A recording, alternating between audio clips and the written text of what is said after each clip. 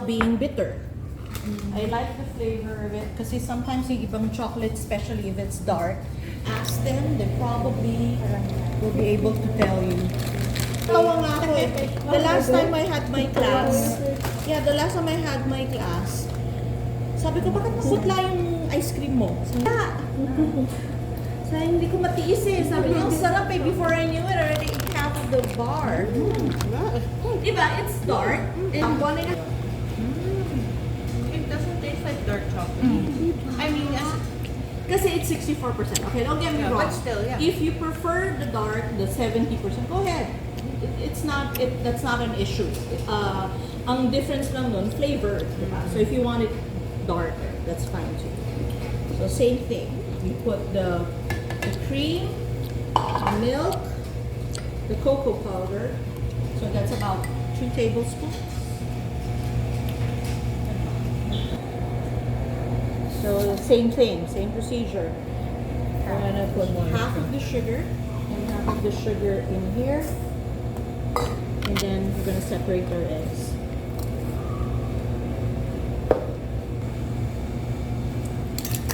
Six.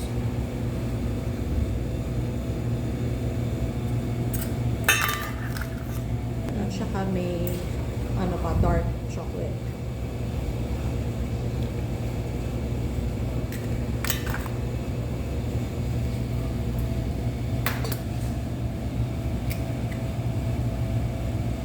See? Kayang-kaya mo to. Yun lang naman yung technique nun is just try not to overcook the custard. Try not. Have you tried silent or I haven't. The only so the Splenda works. Honestly, I've only done it once. Kasi nga, hindi ako masyado although I am diabetic. But so far, it turned out okay naman with the Splenda granules. Hindi not the same. Yeah, that powdered.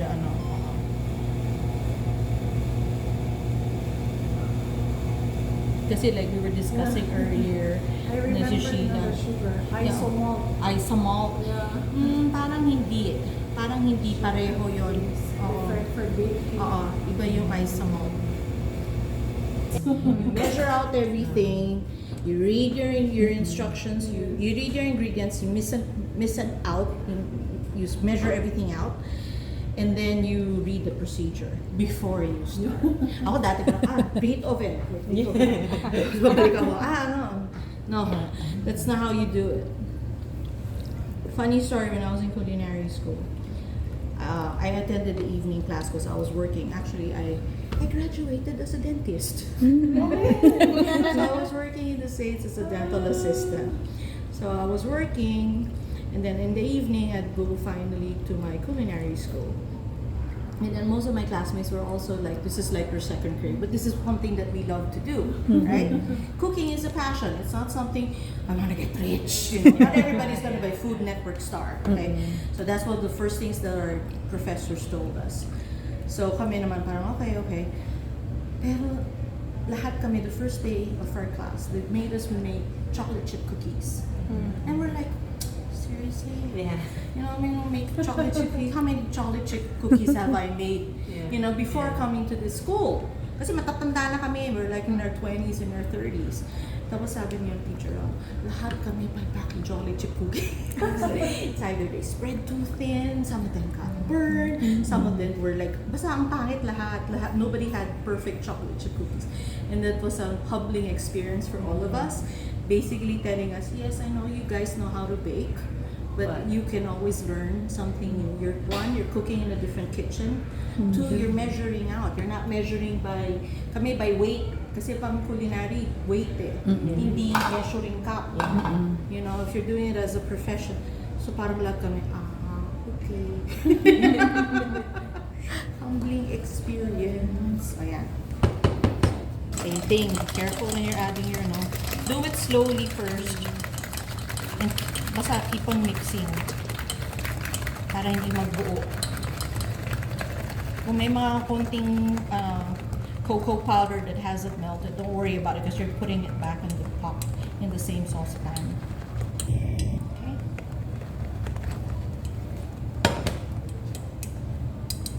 Again.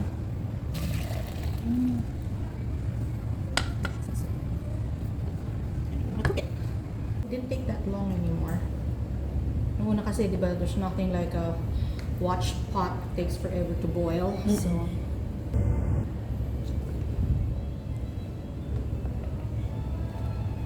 yung vanilla, I'm going to add it when it's done. Vanilla kasi is basically an alcohol. The vanilla bean that you put in. I've learned that 70% alcohol dapat. I tried making my own vanilla at home, so I got like vanilla beans and stuff. Hindi pala pwede pag hindi vodka. Basta dapat mataas yung percentage ng alcohol. So yung mga, basta mababa yung percentage ng alcohol. Pag binasa, sabi ng friend ko, no, you read the label. It has to be like 70% alcohol. So, okay. Ba't hindi lasang vanilla?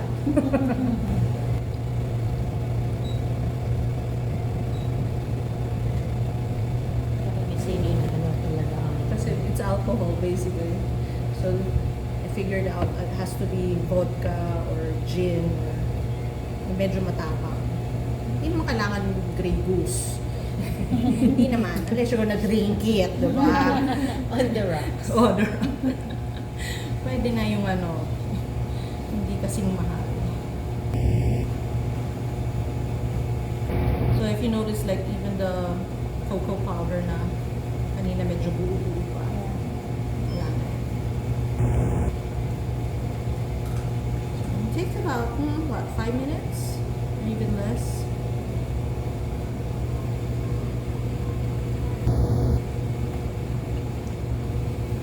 It smells so good after this. So after this, I'm gonna have you guys start making. And then we're gonna chill it while we're waiting for the custard to cool. We're gonna do some other things. I'm gonna show you nga the no churn ice cream. Oh, Len, pasok mo ako ng isang bowl, yogurt and then fruit, and then put it through the ice cream maker. You can sugar it with maybe instead of sugar, pwedeng honey, para mas konting Yeah, kasi as you mentioned, when I was pregnant with him, I had GDM, gestational. So I'm conscious a bit, but not really. So kung saan pwedeng mag Yung sister ko, nag-gestational diabetes. Paano, she was in the States, living in the States at the time, so I went there to help her when she was about to give birth.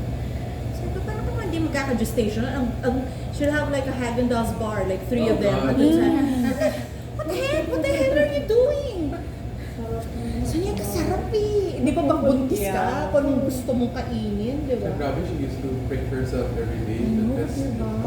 Habang buti. So ako depressed. Kaya ang kinakain ko ng dark chocolate. But then I get the high na parang 70%. So sad pa rin ako. Kaya happy ako dito. It's not that bad. It's 64%. It's, But it's still better than yung mga milk and white chocolate. Yeah. Kasi yan malalasahan mo talaga. Okay, we're getting there. We're almost there. It's getting thick already. I'm gonna take it out from the heat kasi I forget na mainit yung surface. Okay? So, this na, the vanilla. Then,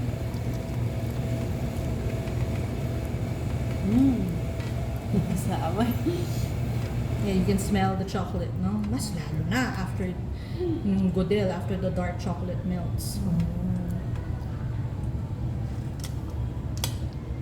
So, kung may mga buo-buo, that's okay. You can see the chocolate will melt, and then the color will change.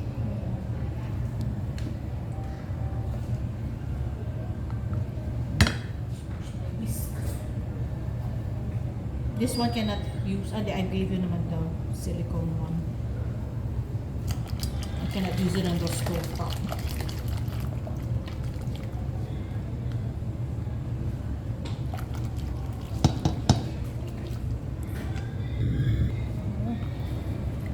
Ayan. Medyo nag-melt na, yan, iba rin yung kulay. Mas dark na siya. So, pag, Sarap na amoy, no? so pag Chocolate! I mean, it's everybody's favorite. So, pag right? maputla, inubos mo yung Oo. chocolate. Sabi ko na sa student, sabi ko, siya pa yung super payat in my class. And then she recently got married and I'm like, sabi ko, ang dami mga, sabi niya, chef, ang sarap. Tapos balik siya ng kain na kain. Sabi ko, ba't maputla yung chocolate, yung ano mo, ice cream mo? Tapos sabi niya, kinain ko kasi kalahati ng bar. So sabi ko, imbis na 200 grams, siguro 150 grams na lang yun nandun. Alright. And then we're gonna leave it on top of your counters, okay? To cool. Chuchurn ka agad eh. Yeah. Kailangan lumamig pa rin siya. Kaya habang lumalamig yung vanilla, I'm gonna have you guys make. So the same thing, get your plastic wrap. Make sure you touch the top. Be careful kasi medyo mainit. Just as long as the plastic wrap is touching the surface, then you're okay. Sarap naman, 2 boys. Oh, sige, 1 more. Girl. So, ito parang flavored na yung ice cream. But it's basically the same base, di ba? It's basically the eggs and nagkaroon lang ng konting